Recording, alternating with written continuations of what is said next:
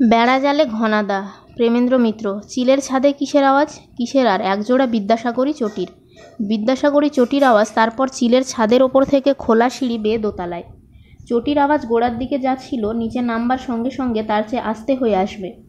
বারান্দায় এসে তা একেবারে থেমে যাবে কি? না, একেবারে থামবে না। তবে যখন আওয়াজটা হবে তখন যেমন নিচু তেমনই আবার আস্তে। সে চটাপট চটাপট আর নেই, এখন ক্ষীণ একটু চট, এরপর পটটা অনেক দেরি করে শোনা যাবে। কেউ যেন থতমত খাওয়া পা দুটো কেমন হতভম্ব হয়ে কোনো রকমে টেনে নিয়ে যাচ্ছে। বিদ্যাসাগরে চটি পরা হতভম্ব হয়ে টেনে নিয়ে যাওয়া পা জোড়া কার, তা কি আবার বলে দিতে হবে? হ্যাঁ, বুঝতে যা কারো বাকি নেই ব্যাপারটা তাই। ও বিদ্যাসাগরী চটি পরা পা জোড়া স্বয়ং ঘনাদার। তা তিনি তার টঙের ঘর থেকে বেরিয়ে ছাদের খোলা সিঁড়ি দিয়ে নেমে বারান্দায় এসে এমন থতমত খাবেন কেন? আর তারপর কেমন হতভম্ব হয়ে যেন পা টেনে টেনে যাওয়ার কারণই বা কী? কারণ গুরুতর।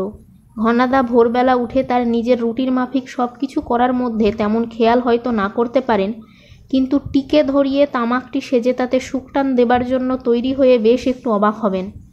তার তামাক সাজা শেষ হবার আগেই তো বনোয়ারি বাহাদুরের ভালো মন্দ কিছু সমেত ধুমায়িত চায়ের পট পেয়ালা ট্রে নিয়ে হাজির হবার কথা।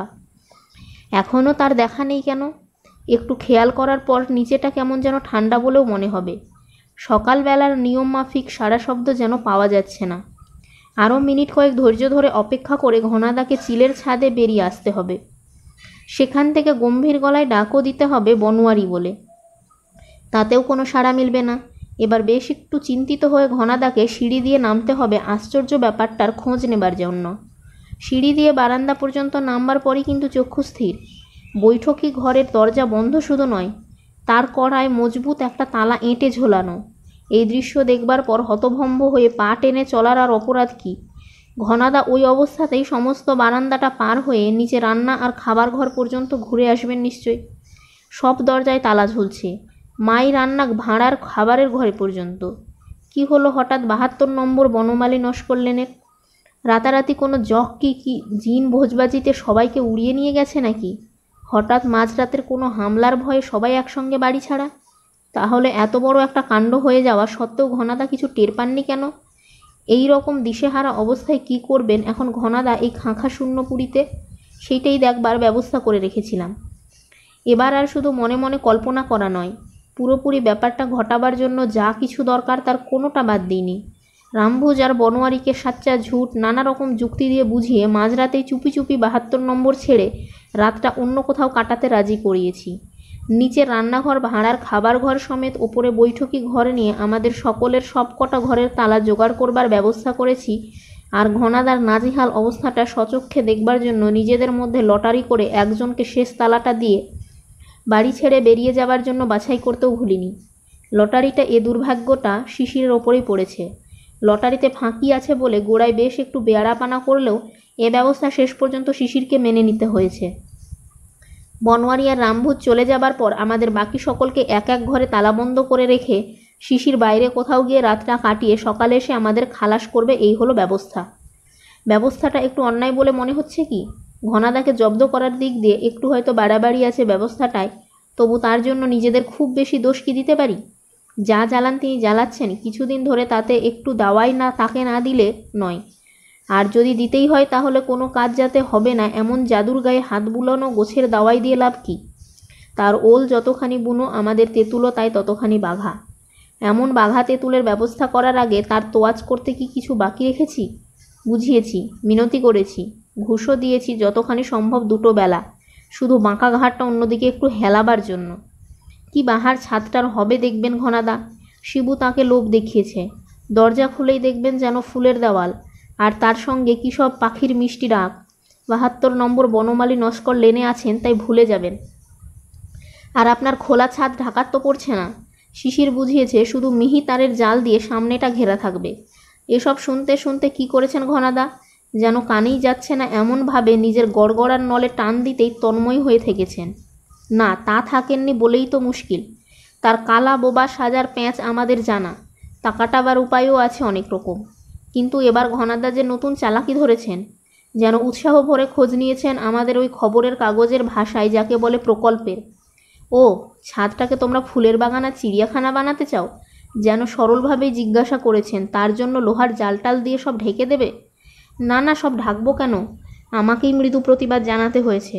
ওই উত্তরের আলসের ওপর দুটো খুঁটি বসিয়ে তাতে লোহার খানিকটা জাল টাঙাবো, আর তার নিচে শুধু একটা লম্বা খাঁচা থাকবে জালের। টাঙানো জালে ফুলের লতা উঠবে, আর খাঁচায় থাকবে দুর্গা, টুকটুকি, ফুলচুকি, মুনিয়া গোছের কটা পাখি। খুব ভালো কথা। ঘনাদা যেন আগ্রহই দেখিয়েছেন। আর তখন আমাদের পাইকে উৎসাহ ভরে আমাদের পেটে যা ছিল সব কিছু ঘনাদার কাছে উজাড় করে দিয়েছি। আমাদের ভাগ্যে যে এখন মণিকাঞ্চন যোগ, বলেছে শিশির। শিবুর এক মামা এসেছে আলিপুর কালচারাল গার্ডেনে কাজ নিয়ে। আমি ব্যাখ্যা করেছি, আর গৌড়ের এক কাকা পেয়েছেন শহরে নতুন এক এভিয়ারি খোলার ভার। এই দুজনের ভরসাতেই আমাদের এই মিনি বাগান বানাবার শখ, বলেছে গৌড়। আর শেষ জোরালো যুক্তিটা জানিয়ে শিবু বলেছে, এমন সুযোগ তো আর রোজ রোজ মেলে না। ঠিক ঠিক, ঘনাদা শিবুর যুক্তিতেই যেন পুরোপুরি কাত হয়ে বলেছেন, তা এতই যখন করছো তখন আমারও কিছু স্বাদ যদি মেটাতাম মানে। আমরা সবাই তখন একবারে এক পায়ে খাড়া। বলুন না কি চান? আপনার স্বাদ তো আমাদের কাছে হুকুম। সবার আগে সে স্বাদ না মেটালে বাগানই বাতিল।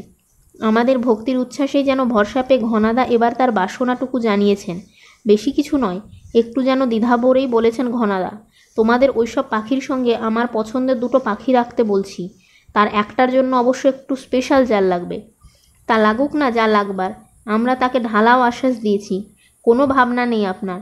বাজারের একেবারে সেরা জাল আমদানি করব দেখবেন। এখন পাখি দুটো কি বলুন? ঘনাদা পাখি দুটোর নাম গোত্র সব জানিয়েছেন এবার।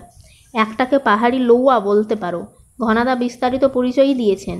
পোশাকি নাম হলো অফ্রিসিয়া সুপারসিলিওসা, আর অন্যটাকে গুনগুনিয়া বলা যায়। পোশাকি নাম হলো মেল্লিসুগা হেলেনি।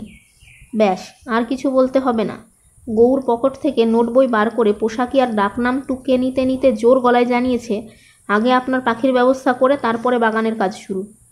ঘনাদাকে অত সহজে রাজি করতে পেরে হাতে একেবারে চাঁদ পেয়ে যেদিন নেমে এসেছিলাম, সেই দিনই ঘন্টা দুয়েক বাদে সবাই চোখে অমন অন্ধকার দেখব তা কি জানতাম? অন্ধকার দেখলাম গৌড়ের কথা শুনে। ঘনাদার আবদার নোটবইয়ে টুকে নিয়ে গৌড় ছুটেছিল তার পক্ষীতত্ত্ববিদ কাকার কাছে। সেখান থেকে ফিরে আসার পর তার মুখের চেহারা দেখে আমরা সন্ত্রস্ত। ভগ্নদূতের পাঠ করতে হলে তার কাছে কিছু শেখা যায়। গৌড়ের মুখে প্রথমে কোনো কথাই নেই।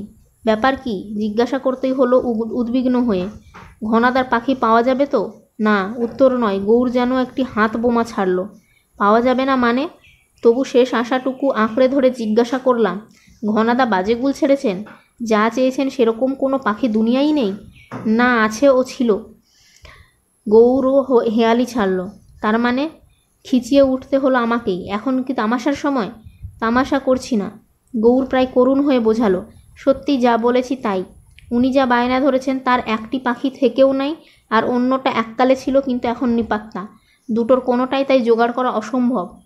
আমাদের খোঁচাখুচিতে এরপর গৌর সবিস্তারে যা বোঝালে তাতে আমরা সত্যি অকুল পাথারে। ঘনাদা যে দুটি পাখি চেয়েছেন তার মধ্যে গুনগুনিয়া বা মেল্লিসুগা হেলেনি নিপাত্তা নয়। দুনিয়ায় এ পাখিটা যথেষ্ট সংখ্যাতেই আছে, তবে আমাদের ভারতভূমিতে তো নয়ই, সমস্ত এশিয়া, ইউরোপ, আফ্রিকাতেও নেই। এ পাখিটিকে পাওয়া যায় শুধুমাত্র আমেরিকার উত্তর ও দক্ষিণের মাঝামাঝি অঞ্চলে। গুনগুনিয়া এর নামও নয়। দুনিয়ার সবচেয়ে ছোট, প্রায় একটা ভোমরার মতো ক্ষুদে এ পাখির চলতি নাম হামিংবার্ড। ঘনাদা তাই থেকে গুনগুনিয়া বানিয়েছেন। ঘনাদার দ্বিতীয় পাখিটি কিন্তু দুনিয়াতেই আর আছে কিনা সন্দেহ। পাখিটি আমাদের দেশের হলেও 1876 শেষ পর্যন্ত একবার নৈনিতালের পাহাড়ি জঙ্গলে পাবার পর আর কেউ এ পর্যন্ত এ পাখি কোথাও দেখেনি। পাহাড়ি লৌয়া নামটাও হয়তো ঘনাদারই দেওয়া। পাখিটি কিন্তু নির্বংশ হয়ে গেছে বলেই মনে হয়। গৌড়ের এই বিবরণ শুনে সবাইকে এবার মাথায় হাত দিয়ে বসে পড়তে হয়েছে। ঘনাদা যে ল্যাংটি মেরেছেন তারপর কি করা উচিত আমাদের? সোজা তাকে গিয়ে অবশ্য চেপে ধরতে পারি, আজগুবি অন্যায় আবদার করেছেন বলে, কিন্তু তাতে নিজেরা গবেট বলে ধরা তো পড়বই, তার উপরে হিতে বিপরীত হতে কতক্ষণ? তার চেয়ে শেয়ানে শেয়ানে কোলাকুলির প্যাঁচি ভালো। আমরা যে রাহা উজবুক বনেছি তা বুঝতে না দিয়ে ঘনাদার আবদারটা কোনো রকমে পাল্টে দেবার ফিকিরে থাকা। সেই ফিকিরেই তো আজ সাধাসাধি ঘুষ কিছু আর বাকি রাখিনি। সেদিন বিকেলেই বনোয়ারির সযত্নে বয়ে আনা জোড়া কবিরাজি কাটলেটের প্লেট তার হাতে ধরিয়ে বলেছি, মিস্ত্রিদের শনিবারই তাহলে কাজ শুরু করতে বলে দিই, কি বলেন? শনিবারই কাজ শুরু করতে চাও বুঝি? ঘনাদা কাটলেট জোড়ার সদ্ব্যবহার করতে করতে যেন ভাববার সময় নিয়েছেন। তারপর চাঁচা পোছা প্লেটটি ট্রের ওপর রেখে চায়ের পেয়ালার দিকে হাত বাড়িয়ে জিজ্ঞাসা করেছেন, তোমাদের সব জোগাড় যন্ত্র হয়ে গেছে বুঝি? তা একরকম হয়ে গেছে, গৌর অম্লান বদনে বলেছে। একটু শুধু অদল বদল হয়েছে আগের ফর্দে। অদল বদল? ঘনাদা চায়ের পেয়ালা মুখে তুলতে গিয়ে নামিয়েছেন। হ্যাঁ, গৌর যেন তার কোচকানো ভুরু জোড়া লক্ষ্য না করেই বলেছে, ওই আপনার গুনগুনিয়ার পাহাড়ি লোয়ার বদলে আরও ভালো পাখির ব্যবস্থা করেছি। আরও ভালো পাখি?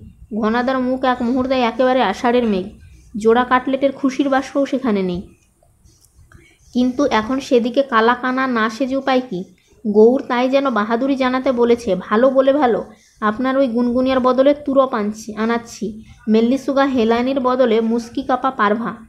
অনেক কষ্টে কাকার কাছ থেকে মুখস্থ করে আসা নাম দুটো বলে গৌরকে থামতে হয়েছে।